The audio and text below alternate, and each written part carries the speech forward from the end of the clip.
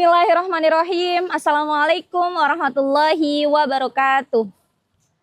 Innal hamdalillah nahmaduhu wa nasta'inuhu wa nastaghfiruh wa na'udzu billahi min syururi anfusina wa min sayyiati a'malina may yahdihillahu fala mudhillalah wa may yudlil fala hadiyalah.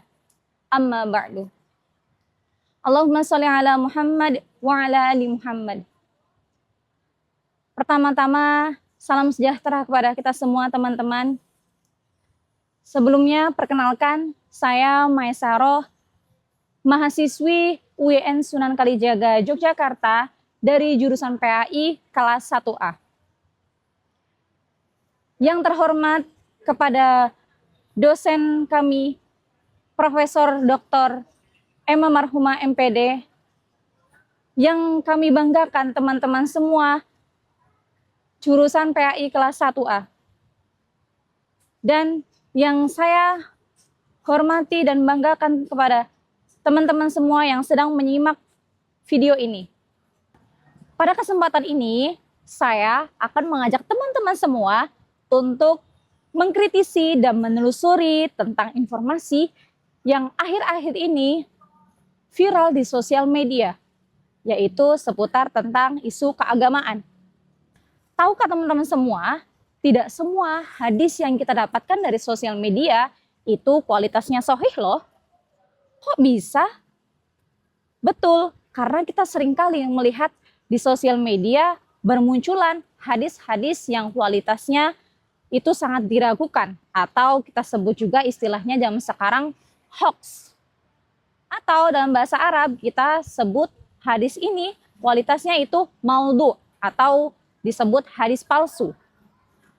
Lalu bagaimana ya cara kita menanggapi hadis-hadis yang beredar di sosial media supaya tidak tertipu dengan hadis-hadis yang hoax itu? Lalu bagaimana cara kita mengikuti para jejak ulama dalam mencari kualitas hadis yang benar yang sesuai dengan tuntunan ajaran Rasulullah SAW? Jawabannya adalah mempelajari ilmu tahrijul hadis.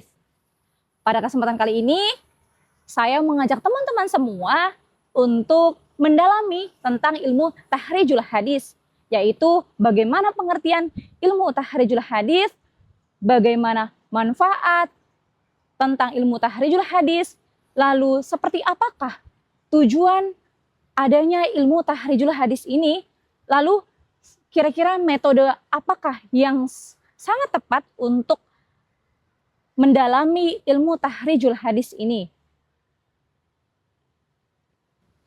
Pengertian tahrij hadis secara bahasa, tahrij artinya mengeluarkan atau menampakkan. Sedangkan secara istilah, tahrij hadis merupakan usaha untuk menentukan keberadaan kualitas hadis dari sumber aslinya, kemudian sekaligus menelusuri tentang sanad, perawi, dan juga kualitas hadis tersebut apakah sahih, dhaif, atau hasan. Bahkan ada juga yang dikategorikan hadis tersebut maudhu atau palsu. Mengapa ilmu tahrij hadis itu penting? Jawabannya adalah yang pertama, menjaga keaslian ajaran agama Islam. Yang kedua, bisa membedakan kualitas hadis yang sahih, hasan, dhaif, dan palsu. Yang ketiga, mencegah penyebaran hadis-hadis yang lemah dan juga hadis maudhu atau palsu. Yang keempat, yaitu guna untuk jadi dasaran yang paling penting untuk media dakwah dan ajaran penulisan ilmiah. Kira-kira tujuan dari tahrij hadis ini seperti apa ya? Kenapa ilmu ini sangatlah penting? Jawabannya adalah yang pertama, kita dapat mengetahui asal dari hadis tersebut. Yang kedua, mengetahui rangkaian sanad dan perawi dari hadis tersebut. Yang ketiga, mengetahui status hadis tersebut. Yang keempat, yaitu dapat menentukan atau mengetahui redaksi hadis yang ada di hadis tersebut.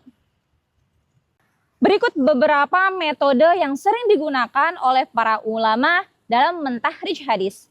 Yang pertama, berdasarkan lafaz awal redaksi hadis. Yang kedua, berdasarkan sahabat perawi.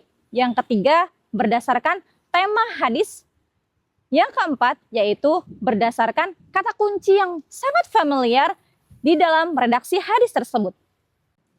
Adapun ada kategori kitab yang sering digunakan untuk mentahrij hadis.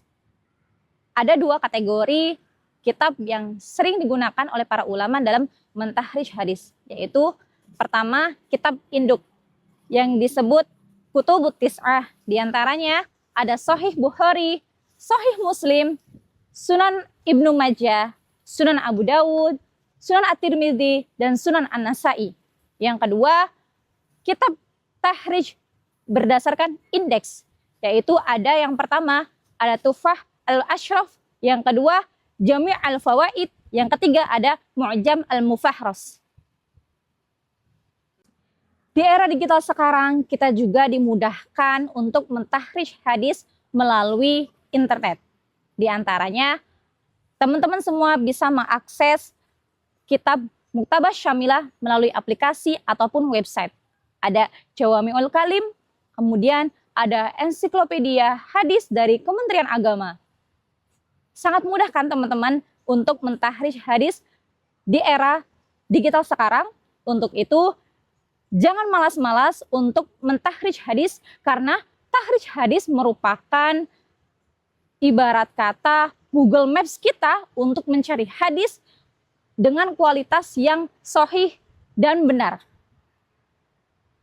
Mencintai hadis bukan hanya sekedar menghafalkannya saja, akan tetapi kita perlu mencari sumber keaslian dari hadis tersebut supaya kita lebih dekat dengan perkataan dari Rasulullah SAW. Saya, Maesaro, mahasiswi UIN Sunan Kalijaga, Yogyakarta. Terima kasih atas perhatian dari teman-teman semua. Kurang dan lebihnya mohon maaf. Wabillahi taufiq wal hidayah. Afwa wa minkum. Nun qalami wa ma yasturun. Wassalamualaikum warahmatullahi wabarakatuh.